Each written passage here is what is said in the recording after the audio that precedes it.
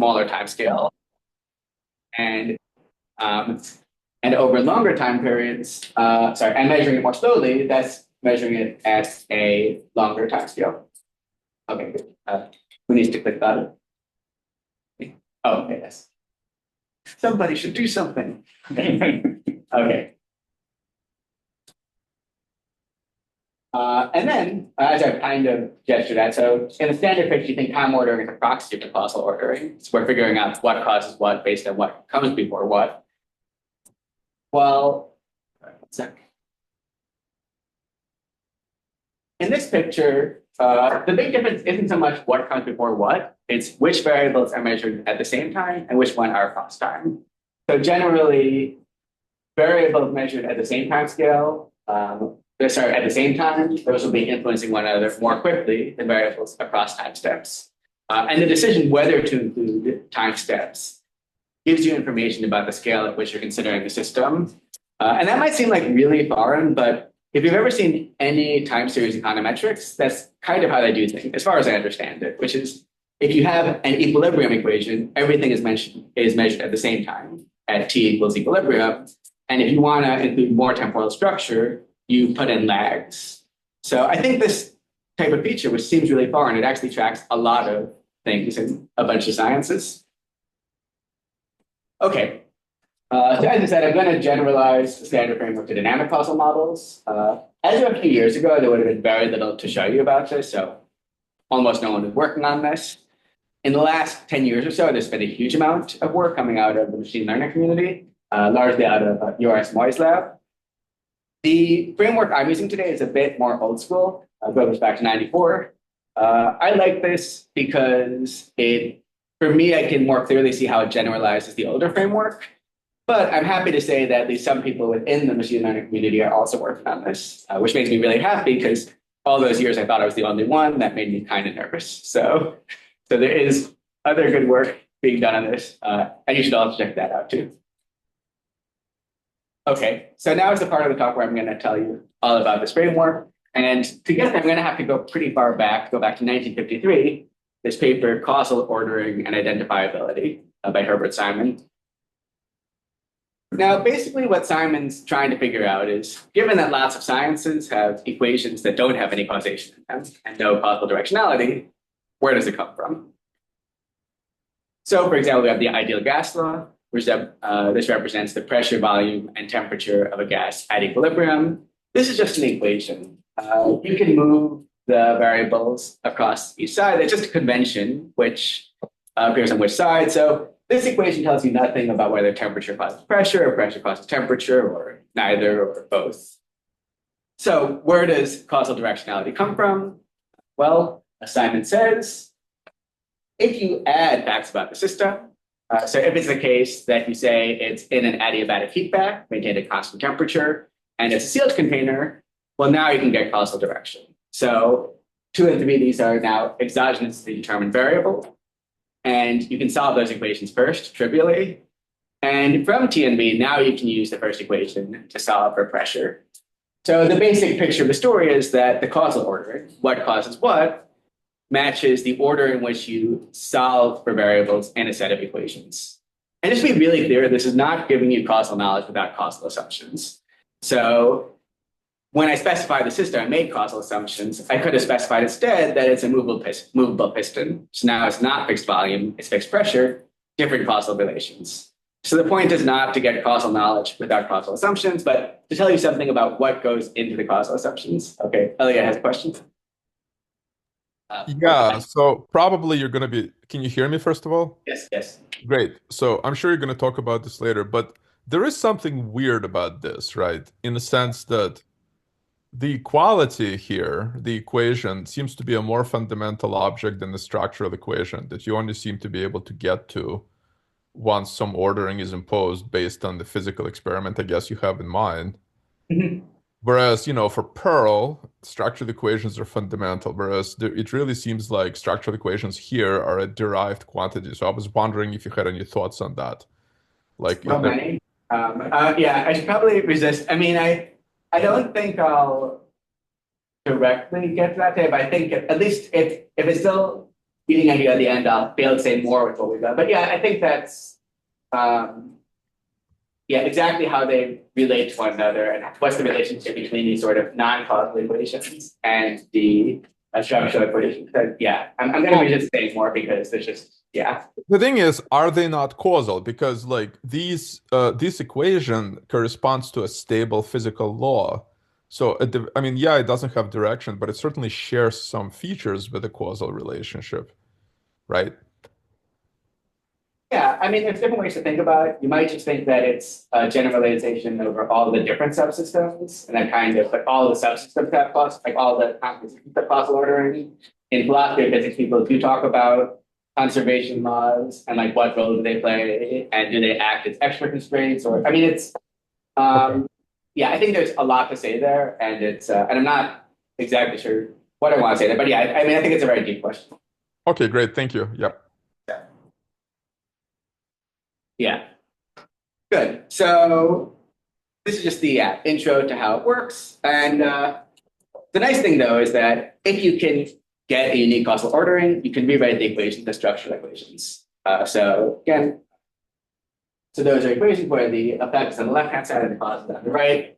So basically, the discussion almost always starts with the structural equations, and this tells you how to derive them from these other assumptions. And these are basically independent assumptions. If every variable were included in every equation, you cannot solve for it. So it's the fact that you have these independent mechanisms that allows you to solve for a causal order.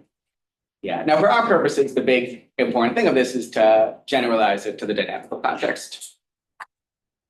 Okay, so Iwasaki and Simon, or sorry, Simon doesn't say this originally, but Iwasaki and Simon claim that the original causal ordering framework was originally defined for static systems consisting of equilibrium equations. And what they're doing is trying to generalize that to more dynamical contexts. Still contexts for systems around equilibrium, but at least away from equilibrium. So they give this example with a bathtub that I'm going to spend a lot of time on because I think it's really fascinating. And it's actually going to make it really easy to do the governor. But it's a simple example. It involves a bathtub. I'll say the bathtub. Great. And you have water flowing into the bathtub at a rate of Q in, flowing out at a rate of Q out. The bathtub has a depth, a pressure, and the size of the drain, K. And even with this very simple household system, you have different scaled behaviors. You have a short-term behavior, which roughly is that depth times pressure, which along with the size of the drain determines rate of flow out. But also, if it doesn't overflow or drain, there will be an equilibrium state at which the rate of flow in will equal the rate of flow out. And then depth and pressure and all of those others will be constants. So that's going to be the whole sort of background. I'm going to start with the equilibrium model. And the equations are basically rate of flow out is proportional to the size of the drain of pressure. Depth is proportional to pressure. Rate of flow in, size of the drain are exogenous. And perhaps controversially, but because the system is at equilibrium, we're assuming the rate of flow in is equal to the rate of flow out. We'll talk a lot more about that. But for now, let's first just solve for the ordering. Well, now we have our exogenous variables, rate of flow in and K. By 5, we can solve for rate of flow out. By 1, we can solve for pressure. And by pressure, we can solve for depth. Okay, now this is probably not the model you would have given had I asked for one. And again, I'll spend a lot of time talking about this, but to make any sense of this, it's really, really crucial that you bear in mind that it's an equilibrium model. So we're only considering the system at equilibrium. So you might be imagining, let's say we had a short-term change in rate of flow in or depth. So you dump a bucket of water in, and then you imagine the water goes up and everything is in flux for a few minutes while the rate of flow out adjusts. But if you wait till it reaches equilibrium, or if you measure the system only at equilibrium, the only thing that the rate of flow out will depend on will be the rate of flow in. And I already think about this, but it also won't depend on the size of the drain, which I find counterintuitive, but is in fact true. Because the water will adjust until it's the appropriate rate of flow out. So this is the equilibrium model. And just to remove you from the confusion, let me now show you the dynamic model, which you might be happier with. So I'm going to keep some of the equation the same, just because it won't make that big a difference. But the big difference here will be instead of saying the rate of flow in equals the rate of flow out, we're going to include a time derivative for depth.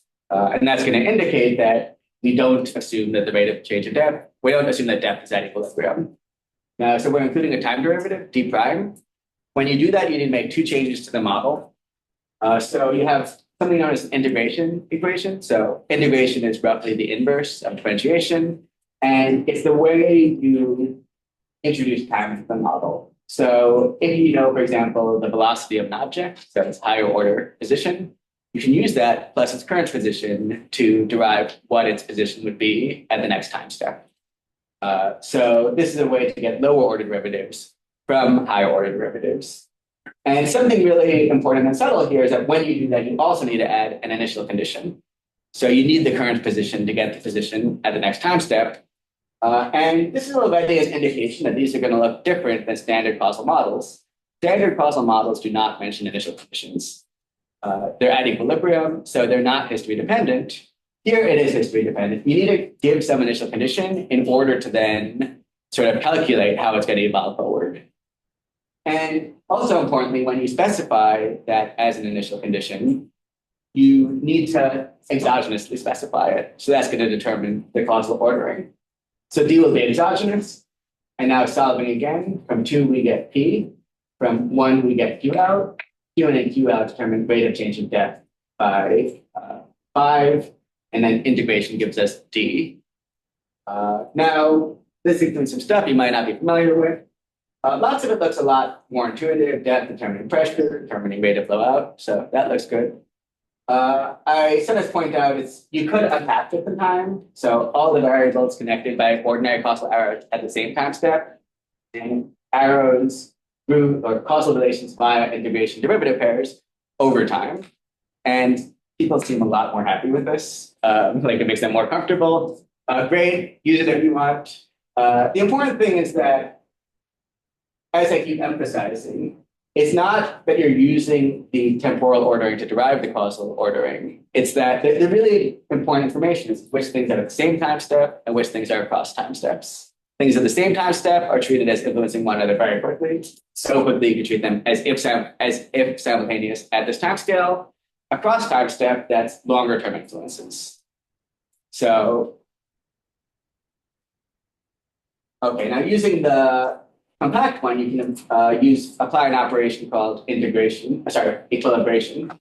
And that's taking a variable which has time derivative in the model and basically setting it to 0. So getting the equilibrium solutions. So here that would involve setting all derivatives of D to 0 and then removing them from the model, and then deleting all equations going into D, including the integration links, and then remapping. So you use the causal ordering and you get the original equilibrium model. Okay, so that's sort of the whole introduction to like this example with a dynamic causal model. Now there's a few kind of fine print things. So one thing is that lots of people have been really worried about these. And basically the reason is that, so in this dynamic model, you need this feedback loop in order to ensure stability. And certain interventions will break that feedback loop.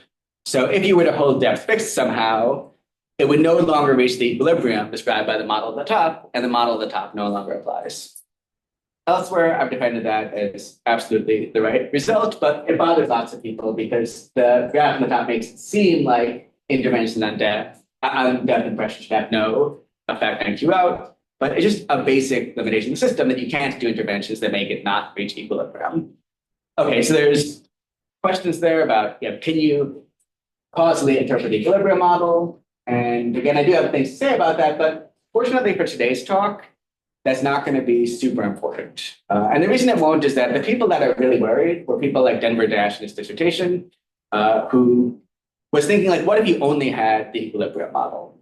So like, what if you observe a system only at equilibrium and you infer the equilibrium causal model using the PC algorithm, then like, you're just not going to know that certain interventions are not kosher. That's the worry. In the rest of the talk, I'm happy to deal with contexts where we have both.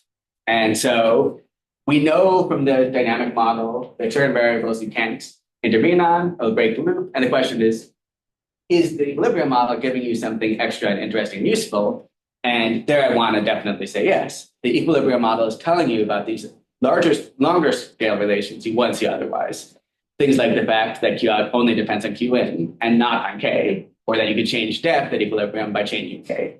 So those are features that would be really hard to see from the bottom model, but come out in the equilibrium model. And the last thing to say is, I think there's really a lot going on in this simple model. So it's just a bathtub. It's pretty straightforward. But I really think there's a lot of subtle modeling work dealing with the fact that it relates stocks and flows. So something you might not have noticed, but so Q in and Q out, those refer to flows. Like those are the flowing of water. They're not represented with derivatives.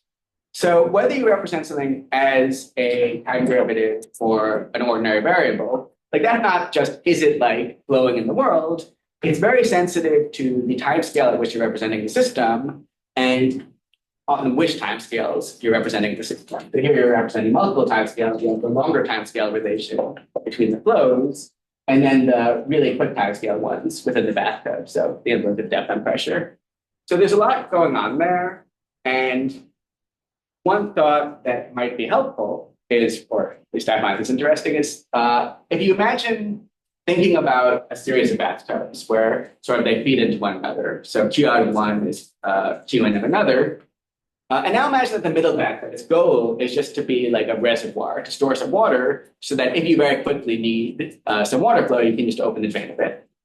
Well, if you think of the bathtub like that, well, it behaves in an analogous manner to a capacitor in an electric circuit. So something that stores charge, so you can release the charge as needed quickly. And the reason I like that is so we think of the bathtub at one time scale, but everyone who thinks about electric circuits always thinks about it as flowing because the current is always flowing. You're always solving for equilibrium equations and conditions. And because basically everything's going at the speed of light, you would never think about like, breaking the capacitor or something. So I'm trying to gesture that this really has a lot of legs in terms of thinking about how the causal representations change as you vary the time scale, and that in the bathtub it might be artificial, but it comes up all over. So if you wanted, again, use the capacitor, then what you want to know is, okay, I want a certain amount of depth to be storage, like how much depth do I want? How do I adjust the drain? And you would always want the flow to continue because you wouldn't want the drain to overflow. Okay. So now we're finally at the water governor.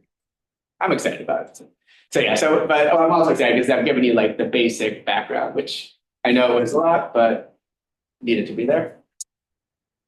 Okay, so now I'm going to tell you a story about the water governor. So basically in the 19th century, when they developed steam engines, and they thought they were kind of cool, so they wanted to use them to do various types of work, for example, to power looms. And the issue was that it was really important that it was able to do work at a relatively constant speed, right? So if you have a steam engine hooked up to a loom, or maybe it's hooked up to multiple looms, you don't want that when you add a loom and change the workload that suddenly the speed radically changes. And you don't want in your textile to have like a discontinuity. The issues are that you're changing the workload over time, you're changing the speed flow over time.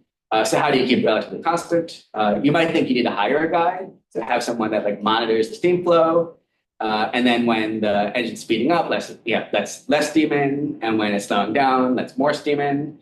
But that guy might not act quick enough and you have to hire a guy. So, but fortunately, at least for the industrialists, they figured out how to not have a guy by this very clever device.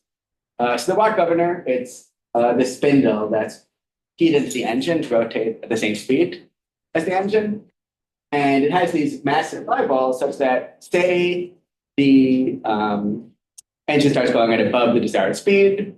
Well, now the arms will go up due to the massive eyeballs and centrifugal force.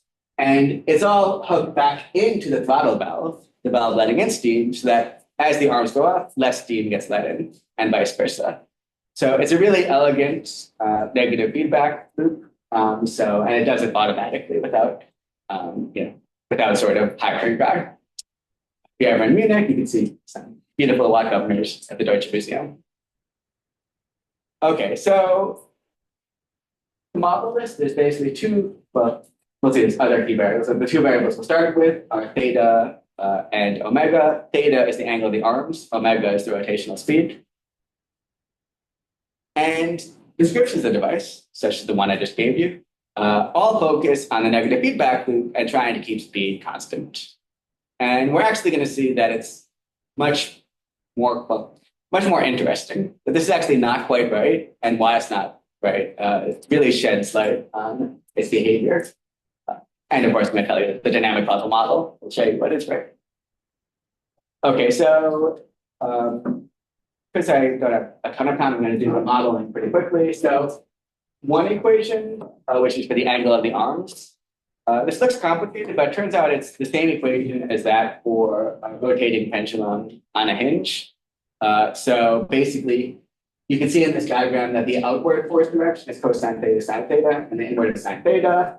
So the equation gives the acceleration of theta as, the first term is the outward force, which depends on the rotation. And the second term is the inward force depending on gravity. The third term is a resistance term. So it's a function of velocity and, say, friction or air resistance. If you don't have that, the system never never stabilizes. So really important dynamically, won't be that important for us. Okay, the dynamic model. So we have these parameters. Also, because theta and theta prime are derived by integration, those are also exogenous. So using those, we solve for the acceleration of theta and then derive the lower order derivatives by integration. Okay, so that's pretty straightforward. Equilibrating just breaks the loop, so nothing terribly interesting happens in this part of the model. Though note that when acceleration is 0, the first term needs to equal the second term. So the outward force and inward force need to balance. Okay, now to finish the governor, so now we're going to think of omega as something that could be away from its equilibrium value. Okay, so that's what we're worried about. And because, once again, when you derive omega by integration, you specify initial conditions, the other part of the model stays the same. So that's convenient, but it will mean that when we equilibrate, you have to equilibrate theta before omega. Otherwise, it doesn't work.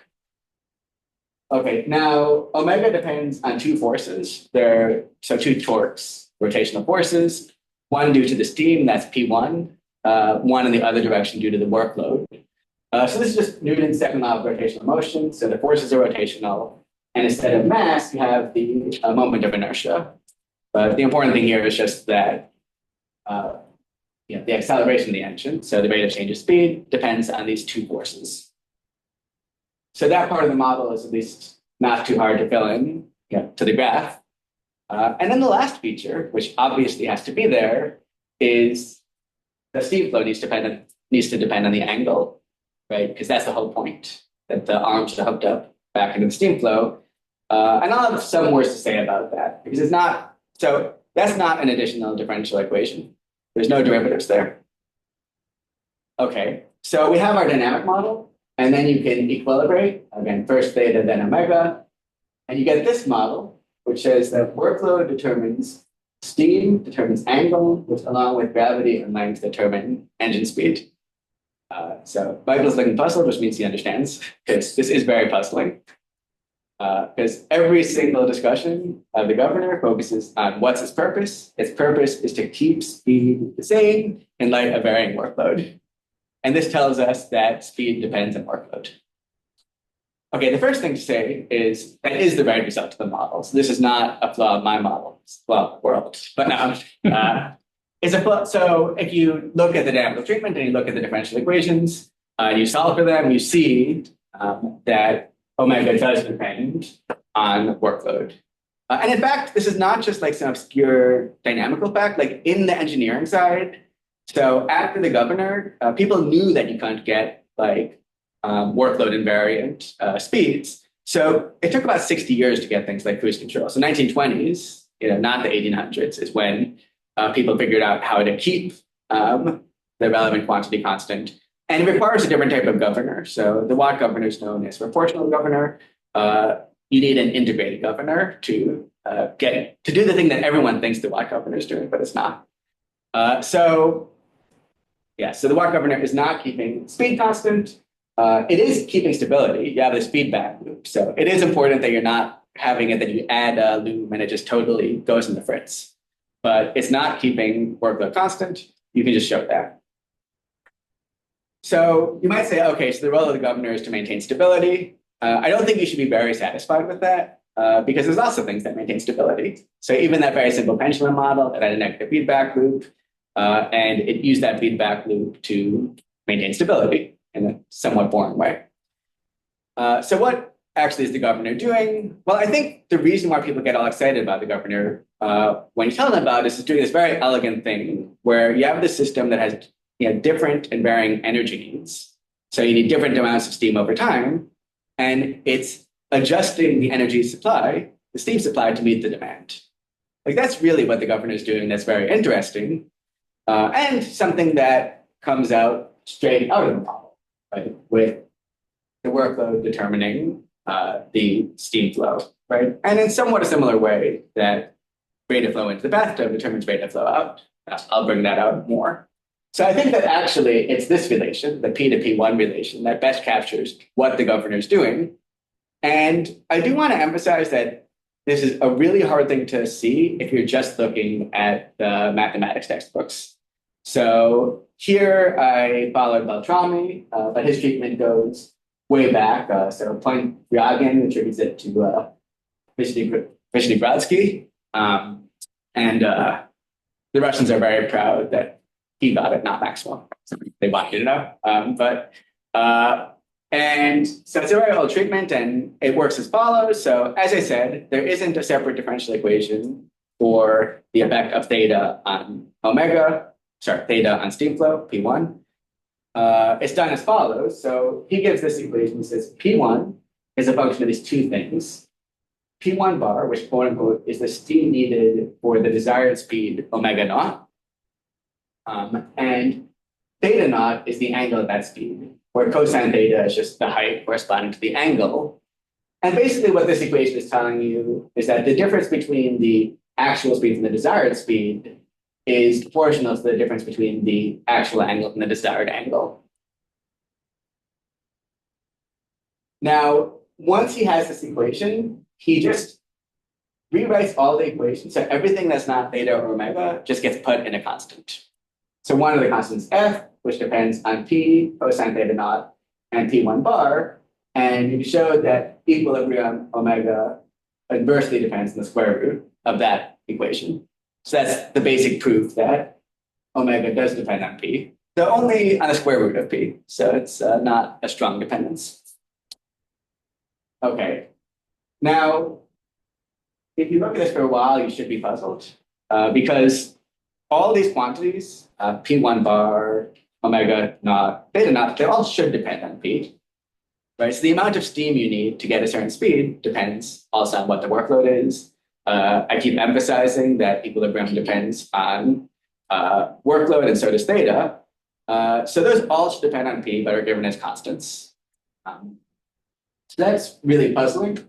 But if you move to Baltimore and sit around various cafes and scribble lots of equations in a notebook while all the homeless people just look at you with pitying expressions, after enough days, you will figure out what's going on here, which is that even though these all depend on P, they depend on P in a way that doesn't matter. And it's because when you have an increase in workload, it increases cosine theta naught and P1 bar by the same amounts. So even though these refer to things that should depend on workload, it turns out that you can represent them as constants and it doesn't matter. And really the point of all this for today is that the dependence of P1 on P is not emphasized in traditional dynamical treatment. It's very hard to figure out that's going on. The whole emphasis is solving the equilibrium equations. So this dynamical treatment, which is very old, it makes it very hard to see what's actually going on. Well, I would suggest that the dynamic causal model really does reveal what's going on once you understand it. So in the same way that in the bathtub model, you have the short-term feedback loop to induce long-term Q in, Q out relation. The governor induces this relationship between P and P1, between workload and steam. So it adjusts the steam to meet the demand imposed by the workload. And in some ways, the dynamic causal model is not adding something to the differential equations, but it is revealing something that I think would be really hard to see otherwise, And a different way to put it is you might think this shows that the differential equations already have implicit causal content that's being brought out by the dynamical causal model. Okay, last comment on the governor, which is, so again, everyone says that omega is constant, so what's going on there? Well, there's something to this. So because the governor reacts so quickly, speed won't change by that much. So that is part of the function that you only get a small change. But I think it's still really important to emphasize that's not constant, because if the governor speed were constant, it couldn't do what it does, right? Speed needs to change because the angle needs to change, because the amount of steam let in needs to change. So if it were absolutely constant, it could not do the function it does. So the trick here is that what it's doing is it's having small changes in the angle leading to global changes in the energy flow of the system. And I think that's a better way to understand what's going on here. So you can think about like theta as like a dial on a machine. You're sort of just hitting a button, but you want to see the behavior of the machine as a whole. So I think there's also some sort of some spatial scale separation going on here. Okay, now I'm almost out of time, but I think, so basically I was already planning to just do one implication as opposed to three, because I want to get questions. But I'll do my favorite one right now, which is, I mentioned at the beginning that one reason people care about controlled feedback systems is to understand homeostatic systems in biology, where the idea is you maintain a quantity fixed. Now, in recent years, there's been some people advocating a different concept, that of allostasis, where instead of thinking about trying to maintain a quantity fixed, you think of quantities as adjusting to meet demand. So this is just blood pressure, and probably any quantity you might think of. It doesn't stay constant over the course of the day. It adjusts as your energy needs adjust. And your body is trying to coordinate these various needs. So you're not trying to fix the value of something. You're trying to get various things to match up with each other in an appropriate way. So that's the notion of allostasis. And I think it fits well with everything I've been saying, because since, as we've seen, or as I've argued at least, what the governor does isn't fixes omega, but rather is a device for matching steam supply to demand, it's in some ways a better basis for thinking about allostasis than homeostasis. And I think that has lots of implications for the types of interventions you might try to derive. One thing that comes out is, so allostatic mechanisms, they tend to be more long-term. And there's a sense in which they're also more cognitive, right? So when you look at the mechanisms for allostasis, often they are somehow in touch with the central nervous system. And I think this is important because lots of discussions of dynamical feedback in this and other contexts, they focus on things being able to operate in a decentralized way. You know, it's just like, oh, these things just adjust to one another. You don't need any central planner or central brain. And I think this shows the story is more interesting. You need to be able to respond quickly, but you also, as you get more feedback loops, you can get more complicated structure as you're trying to balance different things with one another. So there's a lot more I can say. I am just gonna make that the conclusion, because I'd rather just talk about what I've said than fill in other stuff. Though if anyone is curious, the two other things I could talk about are the role in cognitive science and the causal faithfulness condition. But I think we're good. So thank you.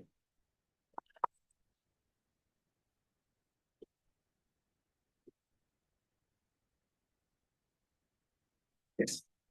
So, like in biological systems where there is homeostasis, it's not usually known what controls what. Like in this case, you have these exogenous variables which you know that you are controlling for. So in biological systems, how do you bring these mechanisms into a biological system where you don't know if blood pressure is controlling something else or is something else controlling blood pressure and things like that? Yeah, it's a great question, and I don't know that I have an answer. I mean, I think, you know, I think it goes without saying that, you know, the way I do philosophy, the way I do modeling, is I start with the most complicated system I can model and try to figure out what's going on. And I think there's still a pretty big gap between, like, you know, the governor system, so avant-garde 19th century engineering, and really properly understanding a biological mechanism. But that being said, people who describe homeostasis do, in some cases, get inspired by the governor. So I think you do want to understand the governor right to better know what you're looking for. And but yeah, I don't want to promise that I know all of the intermediate steps. Or I mean,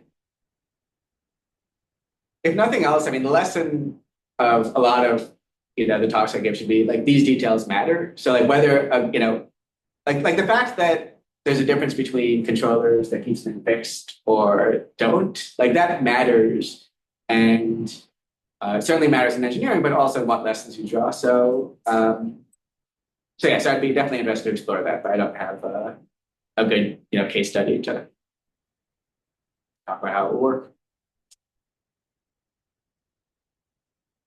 Yeah. Well, first, thank you for the excellent talk. Super interesting research. And so I'm curious about your thoughts on, I think it's Nancy Cartwright, and she talks about the carburetor. Yeah. That's her like model for that. I read some of her stuff a while ago, but I'm curious what your thoughts are on that. It's kind of you can also decline the question if it doesn't really make sense, but it's like a system that if you can't, I think the argument is like you can't really. Yeah. So I mean, I think Cartwright, she's always, I mean, the good part of Cartwright is she's always sensitive to these engineering and applied math issues. So in terms of the particular conclusions, I mean, it's been a long time since I looked at that particular argument, but I guess in lots of philosophy, including her, I think lots of philosophers have this feeling that, okay, I give you a causal model, I give you structural equations, and those are basically counterfactual relations. I mean, intervention is counterfactual, so you intervene at the cause and equals the effect. And I think lots of people like reasonably think, oh, well, of course, this depends on like what type of system is it embedded. Like, you need to, have a system like designed in a certain way in order to have certain relations.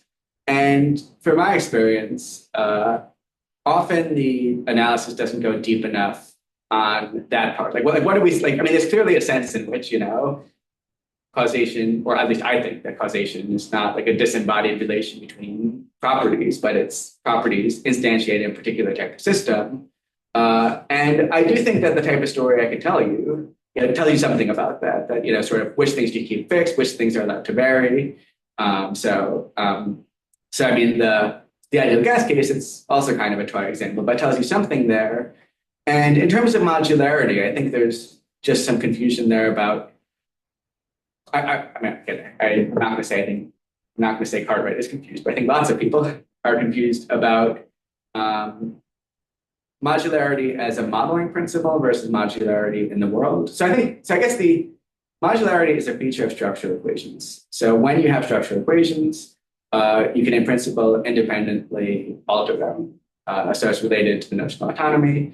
And again, sort of like this discussion starts before you have the structural equations. I think that once you have structural equations, like if we're going to call something causal, it will have some like type of modularity property that kind of what causation is about is the fact that the world is such that under suitable conditions at suitable scales, we can deal with different parts of the world somewhat independently.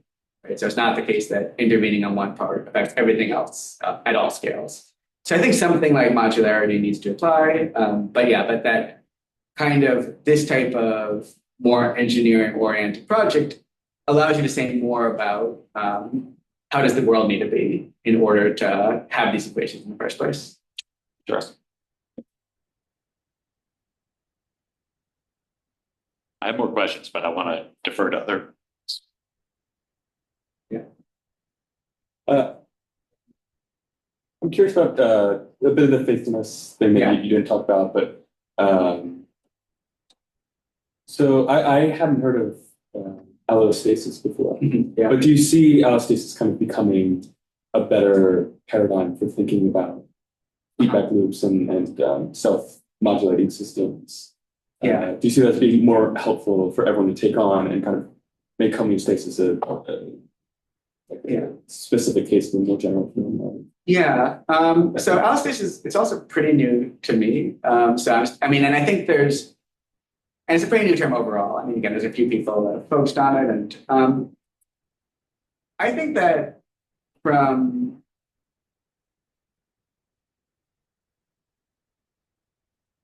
so I think allostasis in general, it really to me seems like a much more promising tool to think about how to manage certain problems. Like, so, such that I came across this because one of the papers I'm working on is, with a grad student, and we're trying to build a dynamic causal model for panic disorders. So we have like these feedback loops about various timescales. And I think, not speaking with much authority here, but there's sometimes a sense in what you can treat clinically is like, how do you keep something fixed? So how do you keep someone's, serotonin levels? Like, what can you intervene on and keep fixed? And the problem with lots of treatments is that systems adjust. Like systems adjust, so, right, if someone, is eating too much because they have like really strong cravings, and you sort of make it so, like, but maybe they have really strong cravings because they have like really strong energy needs. And like, if you kind of make them eat less, well, now they're not satisfying those.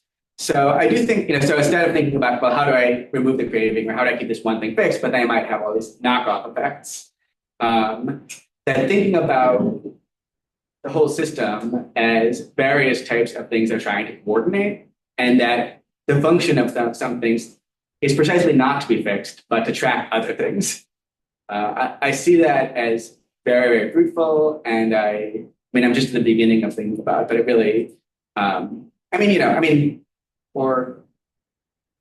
can imagine also like in an epistemic context, like what should like a good belief system do? Well, it should track the way the world is. Like, it's a tracking function. And I feel like allostasis gives these tools for thinking about tracking and matching in ways that you don't see with homeostasis. And then there's like a branding issue, because like they might be on a continuum. It might be that, allostasis is keeping something constant at a higher level of description, or still keeping things relatively stable. So I think there's a question of what the best terms are, but I do think that allostasis brings, like, it opens the door to different ways to think about what's the problem you're trying to solve. You're not trying to keep something fixed. You're trying to sort of solve a huge coordination problem and to adjust things so that things are better coordinated with one another. So in the panic disorder, you want people to have an appropriate response to anxiety, not no response. Yeah. I have a probably very simple question, kind of related to dynamics, but if I had like an equation like speed equals distance over time, and like distance, time, I would usually think of that as like giving information about speed, but not that those two things are causing speed. Yeah. So what's the difference here when you like prescribing causality? Kind of related to like the choice of the starting variables. Yes, that's a great question. Like, what makes something? Yeah. So I think there's something very interesting going on here where. So it's, so if you have, say, like a derivative is defined in terms of like the lower order neighborhood property, and there's a question you could ask about, like, okay, is that like a causal relationship? Like, does acceleration cause velocity? And actually, historically, I won't get into it, but like in physics, when they used to talk about like causal physics, it was like that, like, forces causes, acceleration causes velocity. So on and so forth. And I guess, I a little bit try to sidestep that. For me, the question, so clearly these integration derivative parameters, they function differently, and you need to add different rules in them to understand what they're doing.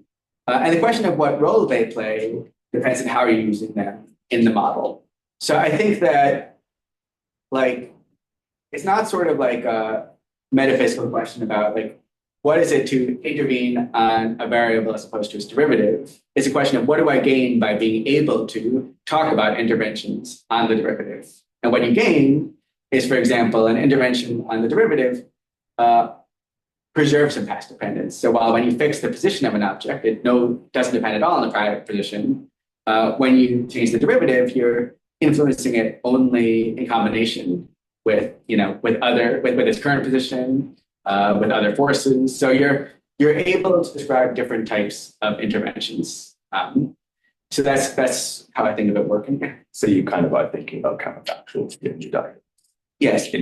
Yeah, you're thinking of counterfactuals, and what you're thinking is that the current framework is a special case. That basically the current framework is you have all the static variables implicitly at equilibrium, or otherwise assuming that they responded to one another. at the relevant time scale. And you're saying, well, okay, that's a special case. Like, so for example, if you have just the equilibrium model and you intervene on a variable and fix its value, in the world, that means I am holding this value fixed for all time. Like if you, right? You have a variable as derivative, you can now talk about, well, no, maybe I'm not doing that. Like I'm actually intervening, like I'm just changing its trajectory. And that's going to also not change its position in the moment, but have longer term changes. So yeah, you're getting the ability to represent other types of features. Thank you.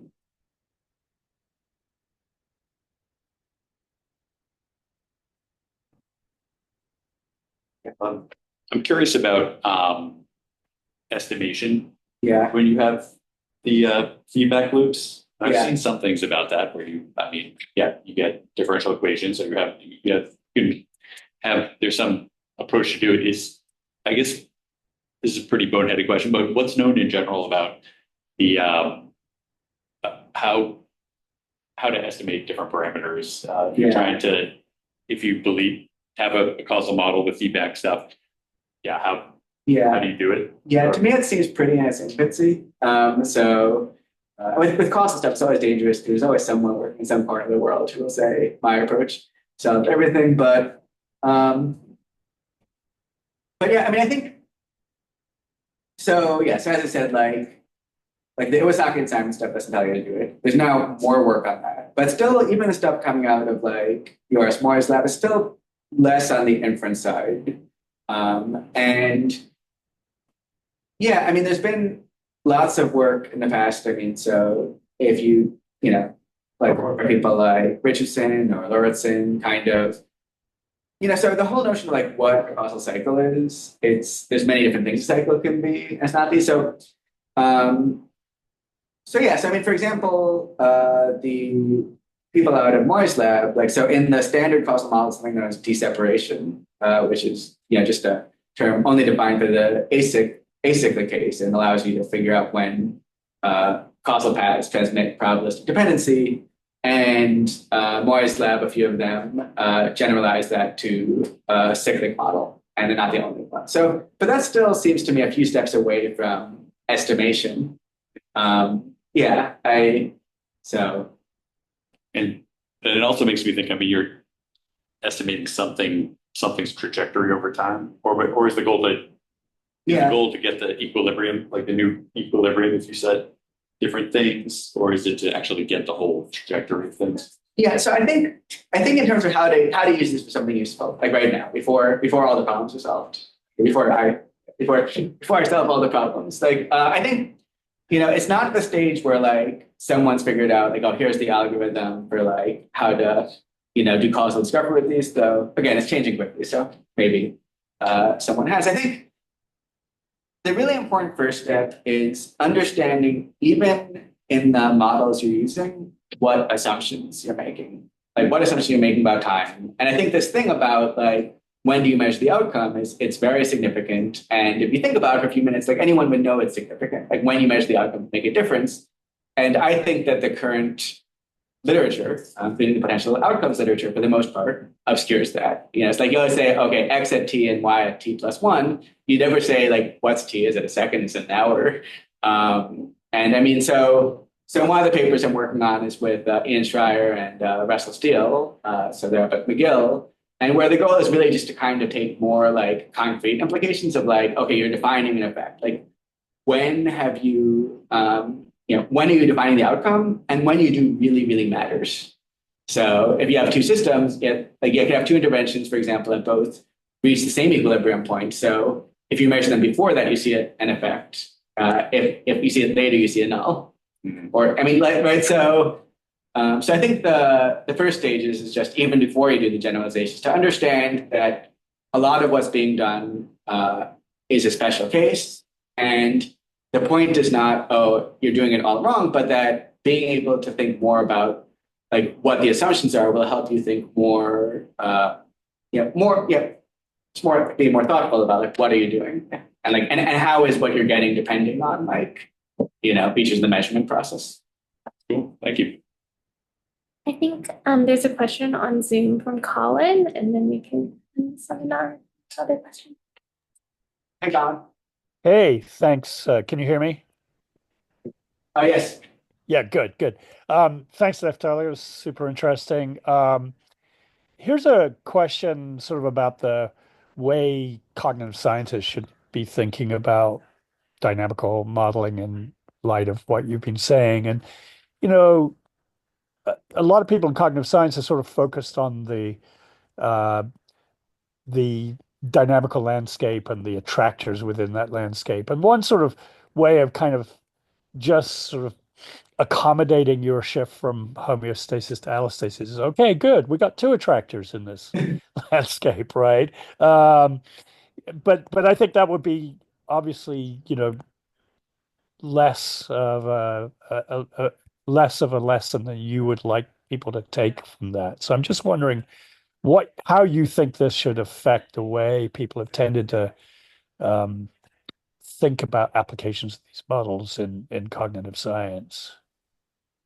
Yeah, no, that's a great question. So, yeah, so first of all, Colin and I, years back, we wrote a paper on a little bit on the cognitive side, the cog sci side of this, so, but I'm still continuing to think about governors. And okay, so I mean, I'm still thinking through what the implications are, but just so it's like one, so it's okay. So the way this has come up in part in cognitive science is through debates over mental representations. So should we think of the mind like a computer, where the paradigm is you have a task, you divide it up into subtasks. Each part of the cognitive system performs a subtask. And then Timothy Van Gelder, in back also, I think in '94, he basically said, oh no, there's a different way to do things. The mind is not a computer. The mind is a dynamical system. And dynamical systems do not require representations. Basically everything here is operating automatically without the use of having to have a module that measures speed. The first part, which I think Colin and I already covered in the last paper, just this whole idea of dynamical systems just being these undifferentiated evolution from initial conditions. We should, that's just not what these differential equations are doing. In terms of the issue of like, are there mental representations? I guess I would just say that these different distinctions that came across in the process of writing this paper seem to matter for the representation issue. Because there's a sense in which when you think like, oh, what the governor does, is it like automatically like keeps the speed fixed without having to have any part of the system internally keep track of like what is the speed. Well, it's not so clear to me that's the case once you have an integrated governor as opposed to a proportional governor. Because for an integrated governor, you actually need to somehow within the dynamics convey that there's an error where the error is defined as a deviation from what you want. So that already seems more sort of representational than the other parts. And certainly once you get towards allostasis, so the allostasis literature, there's actually a really important connection between that and predictive coding, because basically you need to start thinking about like demand in terms of the system having a prior. So this system has a prior, like what, there's sort of a built-in assumption about like what you expect the demand to be, and it's adjusting that. So I think as you get more and more complicated, it gets quote unquote more and more cognitive, and that's all very loose because again the point of our paper was don't just look at the equations and say whether it's cognitive or not. Like you need to really look at what it's doing, and I really just in some ways this just I think expands that point. Yeah, great. So do you think that sort of getting clearer about how the system is doing what it's doing has implication? I mean, you talked about it in a more psychiatric context, right? So it has implications for kinds of interventions you should consider, and what kinds of ways the system might just readjust to some other, regime once you make an intervention and you don't actually solve the underlying problem. Do you think that there are non-psychiatric sort of examples of that? Maybe that's asking you to think a little bit too far beyond where you're really focused right now. But it sort of, the Van Gelder and others sort of promised a revolution in cognitive science, and people have been slow to buy that revolution. And I'm just wondering whether we get better causal understanding of the system eventually if we pursue this. Yeah. I guess very broadly speaking, if you think about like the Van Gelder picture is very like bottom up, like, okay, like, no, let's just kind of like, understand how everything can work at like the most like basic, like physically interacting coupled system level and use that as our kind of inspiration cognition. And the thought was, well, okay, we can do that now. We don't need it. Like, central, not central planning, but centralized cognitive control. And there's a thought of like, no, actually, there's lots of middle levels where you can have combinations of coordination and feedback loops. And because the issue with the Van Gelder stuff was always, okay, you can use it to build a Roomba, but what doesn't scale up. And I think this contains some insights into how it might look as you start to scale up. And you see that some of the insights are even latent in the simplest system. That's clearly not a cognitive system like Van Gelder. So that's sort of my first reaction. Yeah, great. Yeah. I mean, I'll let others ask questions, but just a comment is that, I think that Rodney Brooks' subsumption architecture, which was supposed to be bottom up with a bunch of systems just competing with each other,